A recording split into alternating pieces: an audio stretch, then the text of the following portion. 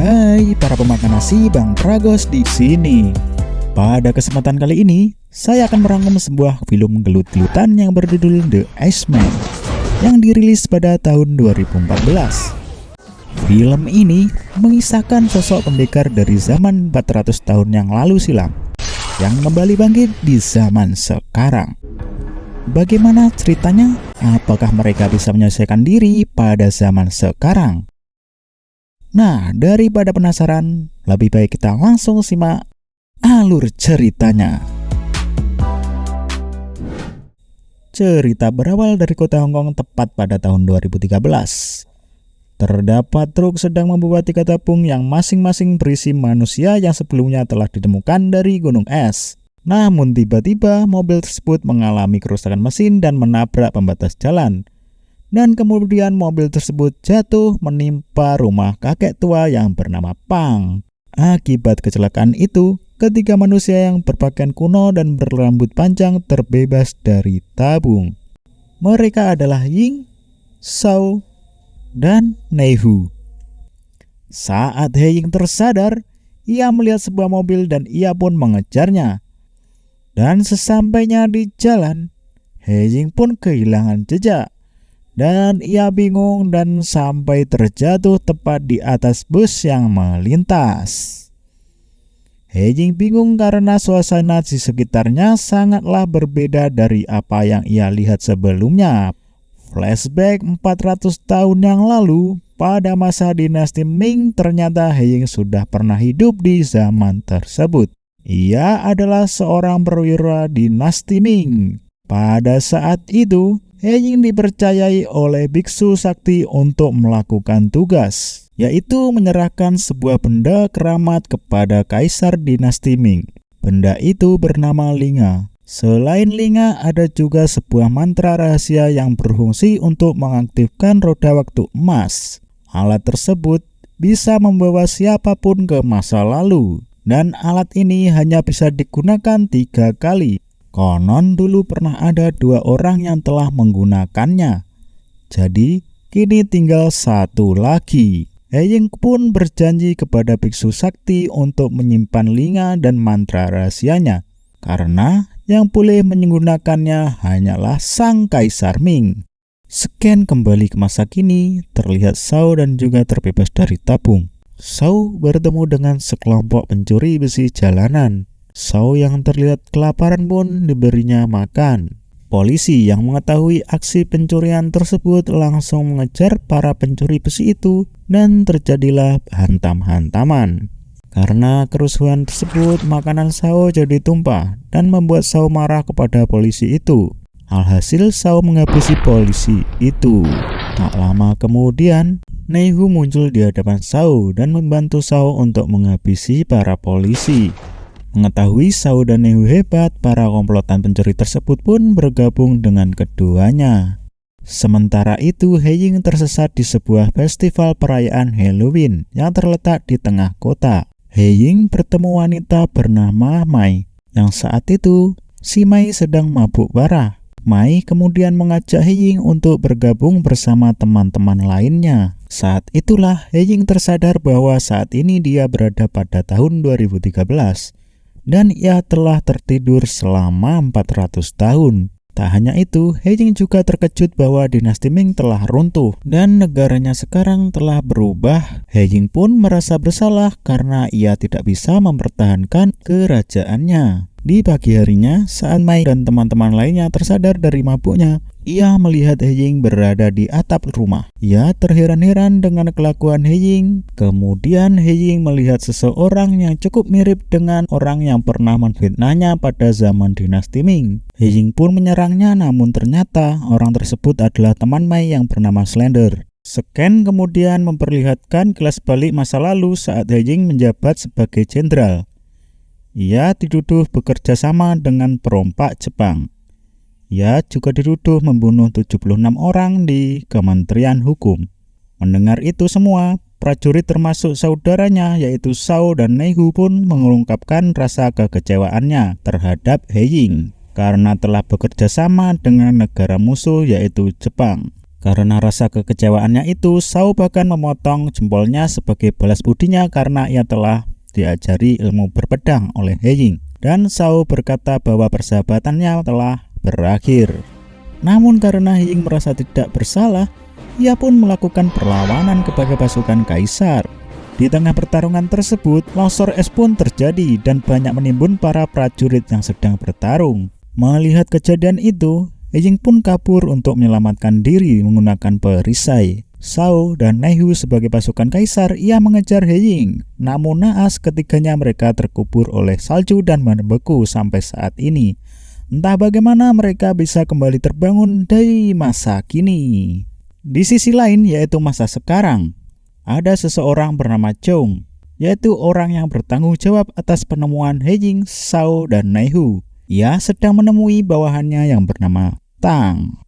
Tang bercerita kepada Yeung bahwa terjadi sebuah kecelakaan yang melibatkan sebuah truk yang membawa 3 tabung misterius. Dan 3 orang yang ada di dalam tabung itu menghilang. Apalagi orang itu adalah orang masa lalu, yang dimana bisa membuka jalan bisnis. Yeung merasa heran bagaimana bisa Tang mengetahui hal tersebut. Hingga akhirnya Yeung menunjukkan sopir truk itu. Mungkin saja sopir truk itu yang memberitahu Tang. Yeung tidak segan membunuh siapapun yang mengetahui hal tersebut. Dan Yeung pun menyuruh Tang untuk menghabisi sopir truk itu. Di sisi lain, Mei pusing memikirkan biaya perawatan ibunya yang berada di panti jompo. Saat itu juga terdapat beberapa pria yang mengganggu Mei. Tak disangka, He Ying pun muncul untuk menolong Mei. Dengan kemampuan bela dirinya, He Ying berhasil membuat para pria tersebut lumpuh sementara. Karena keributan tersebut, bos Mei datang memarahi Mei agar tidak membuat keributan di tempat perusahaannya. Si bos Mei meminta ganti rugi atas apa yang diperbuat di perusahaannya. Lalu He Ying mengganti kerugiannya itu dengan emas yang dimilikinya. He Ying juga pergi ke toko emas bersama Mei untuk menjual emas yang dimilikinya. Mei pun terkejut mengetahui bahwa He Ying memiliki banyak emas. Pemilik toko tersebut juga berkata bahwa kalung liontin yang dimiliki He Ying berharga sangat tinggi. Setelah itu, He Ying memberikan semua uang yang diperoleh dari hasil jual emas kepada Mei. Namun, Mei hanya mengambil sebagian dari uang tersebut untuk membayar panti jompo, dan Mei pun memperbolehkan He Ying tinggal di rumahnya. Keesokan harinya, Mei dan He Ying berkunjung ke tempat ibu Mei yang berada di panti jompo, yang saat ini ternyata ibu Mei mengalami sakit stroke dan pikun. Melihat ibu Mei yang hanya bisa duduk di kursi roda, membuat He Ying teringat kepada ibunya. Saat Mei pergi sebentar, He Ying sedang melakukan sesuatu kepada ibu Mei, yaitu memberikan sedikit terapi khusus untuk menyembuhkan ibu Mei. Dan berkat kemampuannya itu, ibu Mei bisa kembali berbicara, dan jika dilakukan rutin, maka ibu Mei akan bisa sembuh total. Beralih ke tempat Jeong yang saat ini mengadakan pertemuan dengan kakek tua yang rumahnya pernah menjadi tempat kecelakaan truk. Jeong menyogok si kakek dengan segepok uang agar kakek tutup mulut atas kejadian malam itu. Jeong juga meminta kakek untuk menghubunginya jika menemukan orang yang keluar dari tabung tersebut, yaitu He Ying. Scan memperlihatkan seorang biksu sakti yang ternyata sudah meramalkan He Ying bahwa kehidupannya akan mengalami hidup mati lalu hidup lagi. Biksu sakti tersebut memberikan bibit bunga yang dipercaya akan memberikan keajaiban kepada He Ying. Mengingat ucapan biksu sakti, He Ying pun langsung menanam bibit tersebut. Beberapa hari kemudian, He Ying juga sering mengunjungi ibu Mei untuk melakukan terapi kepada ibu Mei. Sampai suatu ketika, ibu Mei melihat kalung liontin milik He Ying dan dia terkesan untuk memintanya dikubur bersamanya saat ia meninggal nanti. Keesokan harinya di markas besar kepolisian Hong Kong, Jeong sebagai wakil komisaris kepolisian memerintahkan kepada semua anak buahnya untuk mencari keberadaan He Ying, Shao, dan Neihu. dengan alasan mereka adalah orang yang berbahaya. Para polisi kemudian menggunakan seluruh kamera CCTV untuk melacak keberadaan ketiganya. Di hari berikutnya, Heying berkeliling dan menemukan rumah si kakek tua, dan Heying pun bertamu. Nah, dengan kesempatan ini pun si kakek tua menelpon Cheung untuk memberitahu keberadaan Heying. Tak lama kemudian, tim polisi mengepung sekitar rumah si kakek untuk menyerang Heying. Dengan kemampuan Heying yang bisa mendengar telepon kakek, ia beralasan untuk pergi ke toilet sebentar. Namun dengan kesempatan ini, kakek tua mengunci Heying dari luar. Saat semua tim polisi sampai untuk menyerang Heying, Heying memulai serangannya dengan melemparkan sumpit hingga menusuk mereka. Dan polisi yang lain pun langsung melakukan tembak-menembak dan bahkan melempar bom.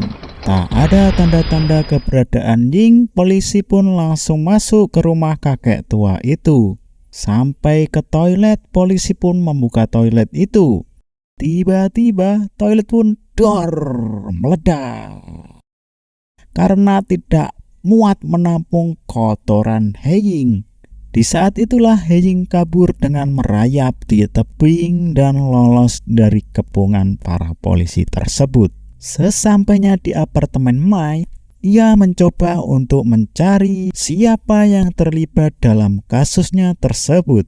Ia mencari plat nomor mobil yang pertama kali membawanya, dan ternyata mobil itu milik Tang. Saat ia mau menunjukkan penemuannya kepada Mai, ia melihat Mai sedang menangis karena baru saja mendapatkan kabar bahwa ibunya telah meninggal dunia. Keesokan harinya mereka melakukan acara pemakaman kepada ibu Mai. Saat menaburkan abu ke laut, Heying menepati janjinya. Ia melemparkan kalung liontinnya ke laut bersama abu ibu Mai. Singkat cerita, beberapa hari kemudian Heying mencari keberadaan Tang dan ia menemukannya di dalam gedung pemerintahan. Dan Heying diketahui keberadaannya oleh kepolisian. Karena semua jalanan memantau Heying, ia pun merubah struktur wajahnya dengan menggunakan jarum. Dan ia menyamar menjadi polisi dan menyusup ke markas besar polisi. Ia pun bertemu dengan Tang dan langsung menghantamnya dan menyuruh ia memberikan informasi tentang bagaimana bisa menjadi seperti ini. Namun Tang tidak langsung menjawab, malah ia pura-pura kesambet. Karena kesal, Heying langsung menyiksanya sedikit demi sedikit agar dia mau menceritakan sesuatu. Dan si Tang mengaku bahwa seseorang yang bernama Chung telah menyuruhnya. Di saat itu, pasukan polisi sudah mengepung ruangan itu untuk menangkap Heying. Tetapi Heying sudah melakukan rencana untuk kabur dari gedung tersebut. Saat polisi berhasil mendobrak ruangan itu, Heying langsung melompat dari jendela gedung itu. Suatu malam, Shao dan Nehu melanjutkan misinya untuk mencari keberadaan Heying. Ia mencari pencariannya di sebuah klub malam dan ia bertemu dengan Mai. Awalnya Mai berpura-pura tidak mengenalinya, tapi para teman-teman Mai malah mengaku bahwa foto itu adalah pacar Mai. Dan ditambah Heying pada saat itu menelpon Mai dan terlihat di HP-nya itu adalah foto Heying. Dan Mai pun tidak bisa beralasan lagi. Mai yang diganggu terus, ia tidak tinggal diam. Ia memecahkan botol untuk mengancam Xiao. Shao yang merasa dibohongi, ia pun menyerang semua yang ada di situ. Beruntungnya Heying muncul dan langsung menendang Shao. Keduanya pun langsung baku hantam di klub itu. Saat Nehu dan teman-temannya datang, Heying langsung lari untuk menyelamatkan Mai. Dan Nehu langsung melepaskan tembakan ke arah mereka. Saat itu juga Heying tiba-tiba pingsan sebentar dan dibangunkan oleh Mai. Saat ia tersadar, Heying melanjutkan untuk kabur. Heying pun langsung pingsan karena telah jatuh dari atas. Mai pun lari dan bersamaan itu Nehu juga menyusul serta menodongkan pistol ke arah Heying yang sedang pingsan. Untungnya aksinya itu dihentikan oleh Mai. Tiba-tiba Mai muncul dengan menaiki motor dan jebret menabrak Nehu sehingga membuat Nehu pingsan. Mai langsung bergegas pergi membawa Heying yang sedang pingsan ke rumah sakit. Setelah sampai di rumah sakit, ternyata Nehu juga dirawat di tempat yang sama. Sementara itu, Mai yang mengetahui keberadaan sahabat Nehu yaitu Seo, ia pun menyamar sebagai perawat di sana. Ia memasuki kamar Heying dan berusaha untuk membangunkan Heying. Namun saat itu polisi datang untuk membawa Nehu. Tak hanya itu, polisi juga menyita barang bawaan Nehu maupun barang Heying yang dimana di sana terdapat kunci roda waktu yang disebut Linga. Seo pun tiba. Melihat sahabatnya yang dibawa para polisi, ia pun tak tinggal diam. Ia menghabisi para polisi tersebut dan membebaskan Nehu.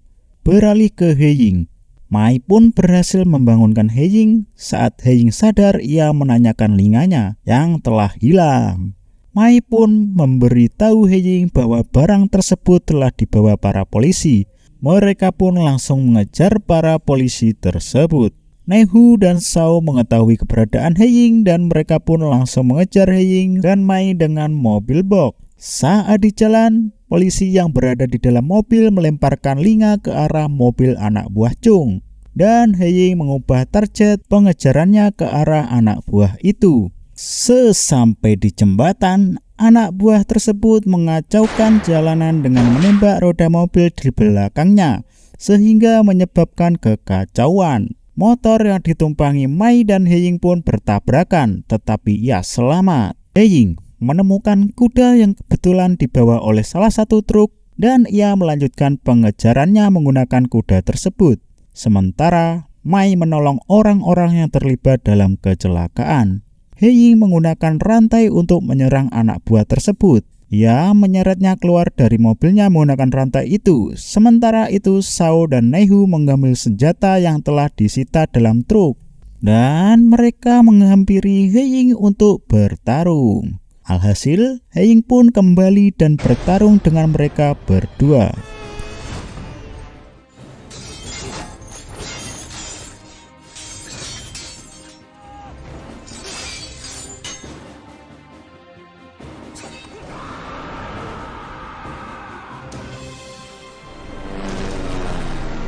Saat mereka bertarung, Chung pun datang dengan helikopternya.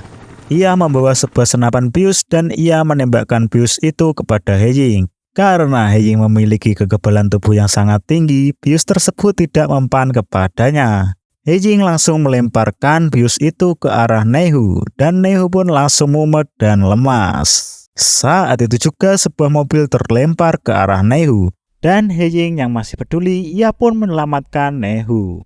Namun naas, mobil yang lain pun terlempar ke arah Heying dan menabraknya. Heying pun terlempar dan jatuh ke dalam lautan. Sao yang masih peduli pun ia mencoba untuk menyelamatkan Heying dan ikut melompat ke lautan. Scan beralih ke penjara di mana di sana terdapat manusia bertopeng yang sedang mendobrak pintu penjara yang di dalamnya berisi Nehu. Dan ternyata orang tersebut adalah Chung. Ternyata Nehu mengenali Chung, ia memanggilnya dengan nama Yuan Long. Scan beralih ke masa lalu, terungkap di sana Chung, Nehu, Sao, dan Heying berada di sana. Ternyata mereka bersaudara dari kecil pada saat masa dinasti Ming. Mereka terlihat sangat akrab dalam menjalankan tugasnya di kerajaannya. Dan film pun bersambung.